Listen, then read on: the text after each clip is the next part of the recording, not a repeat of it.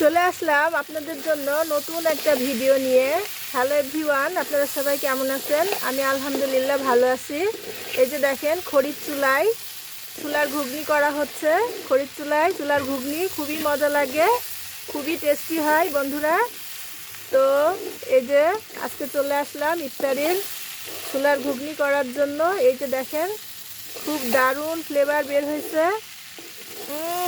তুলনায় হয় না, খুবই টেস্টি হবে দেখে মনে হচ্ছে।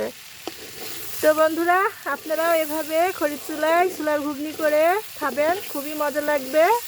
এই যে দেখেন, একদম মাখা মাখা শুকনা হয়ে গেছে। আমি আবার বেশি মশলা দিলে খেতে পারি না, তো হালকা মশলা দিয়ে এই যে দেখেন শুকনা শুকনা করে চুলা ঘুগনি করা হয়েছে।